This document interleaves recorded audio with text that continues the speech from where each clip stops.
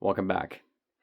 It has been 8 years, but we finally have a new ASAP Rocky project. Don't be dumb, and I think it was worth the wait. So, sitting at right now on Album of the Year, critic scores it at 71, user score it at 76. Pretty positive reception of this project, and I'm happy for Rocky, especially considering how long it's been, how he has delivered with this project, how successful it is doing, and especially when you contrast it with the pretty disappointing year we had last year, especially when it comes to mainstream rap standards. That especially. I think this was the breath of fresh air that the mainstream rap scene needed, and ASAP Rocky brought it in the most ASAP Rocky fashion you can think of. Now, going into this project, obviously we had Punk Rocky, and we also had Helicopters. Now, I didn't get to review Helicopters. It's not in this list here, but just let you know, that is a banger. That is fantastic.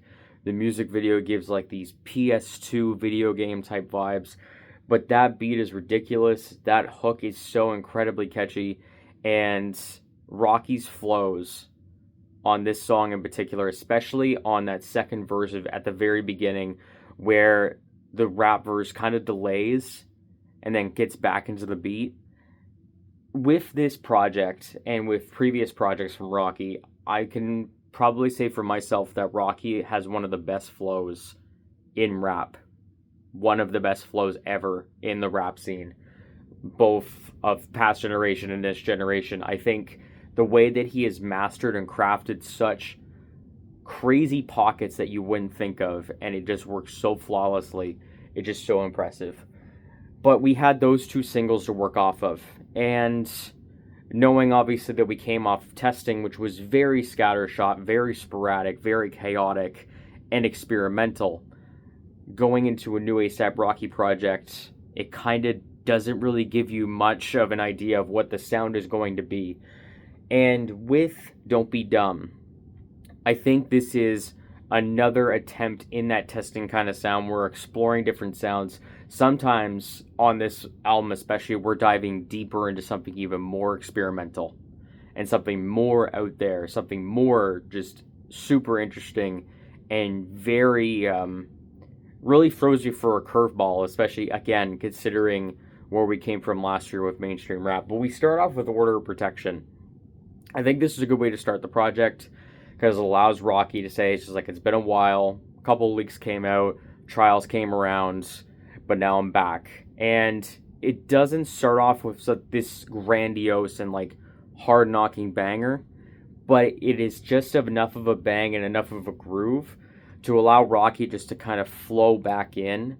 And it's a nice way to start off the project with kind of something a little bit more brooding, something that's more menacing per se, especially as it segues into Helicopter. It just absolutely goes off the rails once we get into Helicopter. And then we get Stole Your Flow. Obviously, this is pretty much a Drake diss song, but the beat is absolutely disgusting. Probably across this whole project, I think the production, the flows, and the chaotic nature of this project are his biggest strong points. But Stole Your Flow has such just absolutely crushing bass, and Rocky's swagger, Rocky's stage presence on this song especially, and the shots that are being taken are just so much fun to listen to. They're so addicting. And I also like that some of these songs end in these kind of orchestral and kind of these, as Tim Burton is kind of tied to this project, very Tim Burton-esque endings that have these somber, brooding, very dark feelings and endings towards some of these songs. And especially with Stole Your Flow, the way that it ends just so somberly and so menacingly, it is just an amazing, amazing track. It's one of my most played tracks on this thing. And how it just completely goes from such hard bangers to going into these really great and amazingly executed melodic tracks with Stay for Life and Playa. Stay for Life, if I would have done this review a week ago, I would have had a negative sign towards Stay Here for Life. Now, I've never actually explained this before, but obviously, if I have plus signs next to these songs, that means I like them. If I have negative signs, that means I'm not a big fan of them. If I have a plus and a negative next to it, that means there's some parts of the song that I like and some parts of the song that I don't. Just a little bit of a breakdown. I know I've really done that before. But I would have had a negative on Stay Here for Life because, especially coming off such hard hitting tracks, to just crazily segue into these very great melodic songs just really threw me off a bit the first few listens. But now, the more that I go back to this project, especially on full listens, Stay Here for Life is probably the most complete song on this project. You get some old classic Rocky, especially towards the end where you get a little bit of a chopped and screwed sample, and you also get the pitch down vocals as well in the pre-chorus. And Rocky just brings a great flow, and Brent Faiyaz, even though it's a sample or whatever, Brent Faiyaz brings an incredible feature. And he also brings a little bit of a tie-in verse at the end. It's great. I love it. Then we get to another one of the biggest bangers on the project, Stop Snitching. And this is another one where the beat is just absolutely disgusting. And I think Rocky, with the best display of the flows, there's one part of Rocky's flow and Rocky's kind of tone where he drops in almost this like conversation type flow. And with this kind of sputtering and skittering like synth in the background, it just sounds so just dark and twisted, and it just sounds so disgustingly awesome. And of course, we get Sauce Walka with probably one of the Rocky brings some amazing performances. Sauce Walka is definitely the best feature on this project, and the energy he brings, the funny bars, especially with your baby mama or baby daddy sit down when he piss. These amazingly funny bars, but it has such of this angry energy, especially with the growls in the middle part of the verse, and the way that he's just carrying himself across the verse is just, it's so addicting, and it gets you so enraptured in the wild chaoticness of that project, or of this song. Now, after Stop Snitching, we do get kind of a low point in this album. Now, as much as I really want to like STFU, I really appreciate how Rocky is really throwing a curveball on this album, kind of almost going Death Grips inspired, especially with the instrumental being so chaotic, so trippy, and so just kind of crunchy and really off-putting. Rocky brings a good verse towards the end of the song, but I think Slay Squad just kind of makes it a little bit too ridiculous to kind of take it seriously. Whenever I hear, I don't know which person is on Slay Squad that has like this very raspy and very just, it sounds like the vocal cords are ripping out of his body type of voice. It reminds me of like Fozzie Bear, and there's a part of the verse where it literally sounds like he's saying Waka Waka, and it doesn't. It makes my brain just automatically attaches to that image, to that sound. And I think it's a song that, while I appreciate Rocky trying something different, it just really doesn't work all that well. Again, appreciate the attempt. And I like Punk Rocky as a single by itself. And I remember actually saying when the album came out that this could be one of the most underrated songs on the project.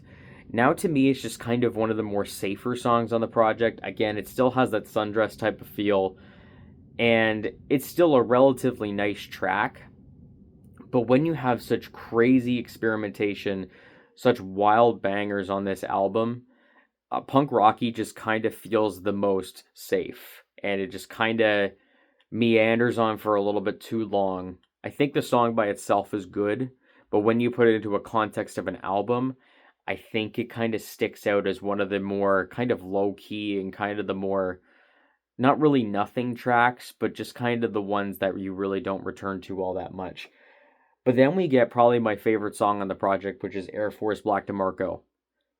If you want one of the craziest instrumentals I think A$AP Rocky has ever rapped on, and it working absolutely flawlessly, Air Force Black DeMarco is incredible of how crazy the instrumental is, how video game and how crunchy it sounds, and the way that Rocky is flowing on this. It just, the only rapper I could see working with an instrumental like this and making it work is Danny Brown, because he can make anything work with the flows that he does. But ASAP Rocky takes this sound and just makes it so fun, so chaotic, so ridiculous. And then it offsets it into this beautiful, tranquil sequence of the singing and the pianos. And then you get on the second part of when you get into it, that you get the backing vocals that just sound absolutely fantastic. The way it just juxtaposes back and forth into just this crazy, crazy experience into such a tranquil and beautiful moment, and the way it just jumps back and forth, it shouldn't work. It should be a mess. The way that is basically water to oil, that it's how it should be, but it just works. And that's the beauty of a lot of the songs on this project, is that sometimes it can go so off the wall that it just works. And I think Air Force Black DeMarco may be one of my favorite Rocky songs. None of all time, but it's definitely in the top 10, top 20 conversation. Absolutely incredible. Now, we end off with, not end off, but we get towards the latter portion of the album, and we get Don't Be Dumb, Trip Baby. Don't Be Dumb is gorgeous. And just the way that the drums work, this angelic kind of loop, the loop of dumb as well, it's perfect. And the way that Rocky is singing on this project, especially, or on this song right now, with Don't Be Dumb, it just sounds so gorgeous. And honestly, this would have been a great way to end off the project, but we do get another crazy good ending. But I don't like Trip Baby that much. I think Trip Baby, while Black Air Force Black DeMarco is basically two songs put together, but it works, Don't Be Dumb, Trip Baby, I don't think works as well. I think it's a little bit too jarring of a transition, even though it's literally two tracks tied together. I think Trip Baby is just kind of, it doesn't really end off the track great. It feels just kind of, for me, it just feels rather generic, especially coming off of the high and the euphoria of Don't Be Dumb, like the track. To go into Trip Baby, that just sounds kind of something that we maybe have heard before and definitely heard better across this project here. It's just something that when I get to Trip Baby, I'll listen to it, but it's not really going to get my full attention. But the end is incredible. The apocalyptic nature, especially of will.i.am's verse, and the way that it's tackling just the world and how messed up and how even worse that it's getting. It's a very somber and very brooding way to close out this project, technically. So, overall, if I was to rate the actual album itself, it was a great, great experience. Now, of course, there's also the song SWAT Team and there's Fish and Steak. Now, SWAT Team has a very cool instrumental, and I really like how, like, horror-themed aesthetically it is. I just think that Rocky's performance is kind of okay. It's kind of a little bit muddled and just not really there for me. And Fish and Steak, while it is a good track, Tyler the Creator doesn't bring his best foot forward on this feature. It's much more dialed back. It's much more scaled back. I just kind of was hoping for something a little bit more kind of, I don't know. I heard Potato Salad, and that's one of my favorite songs, especially with the Rocky and ASAP collab. Maybe I'm just having my expectations way too high and expecting something of that caliber. But I just find Fish and Steak is just a little bit of an underwhelming feeling. But overall, I don't really add that to my rating of this project. Really, the end is where I kind of cut off my rating. So, this is kind of live because I was trying to think. It's just like, I'm on the fence of what I'm going to rate this project. And the more that I talk about it, the more that the first half of this is like, you get the most Rocky type songs, especially with Stay Here for Life. And on the second half, you get some really experimental Rocky. Some of it doesn't work, but a lot of it does. So I think with it being 8 years, I'm going to give it an 8 out of 10. I think this was worth the wait, and I think we're getting a deluxe as well, so that's fantastic too. But I think this was worth the wait. I appreciate that Rocky did not tone himself down, but he pushed himself even further into something a lot more experimental and something rather challenging, especially when it comes to Rocky's core fan base. And of course, there was a lot of people that didn't like testing, which I don't understand because I absolutely love testing. I think I'll probably still put testing over this project because the whole album experience of testing, I just like it a lot more. But I appreciate Don't Be Dumb for taking that testing experimental sound and taking it one step further into some crazy ridiculous territory where you get some moments that just absolutely kill it and pay off, like Air Force Black DeMarco as an example. But yeah, that is my review of Don't Be Dumb. What are your thoughts on the project? Do you love it? Do you hate it? Are you in the middle? Leave your thoughts in the comments down below. Thank you very much for watching. More content is coming. I'll also be doing my favorite albums or favorite songs of the month. That's going to be a common thing that's going to be happening throughout the year. And again, thank you very much for watching, and more consistent upload schedule will be coming. So talk to you again soon.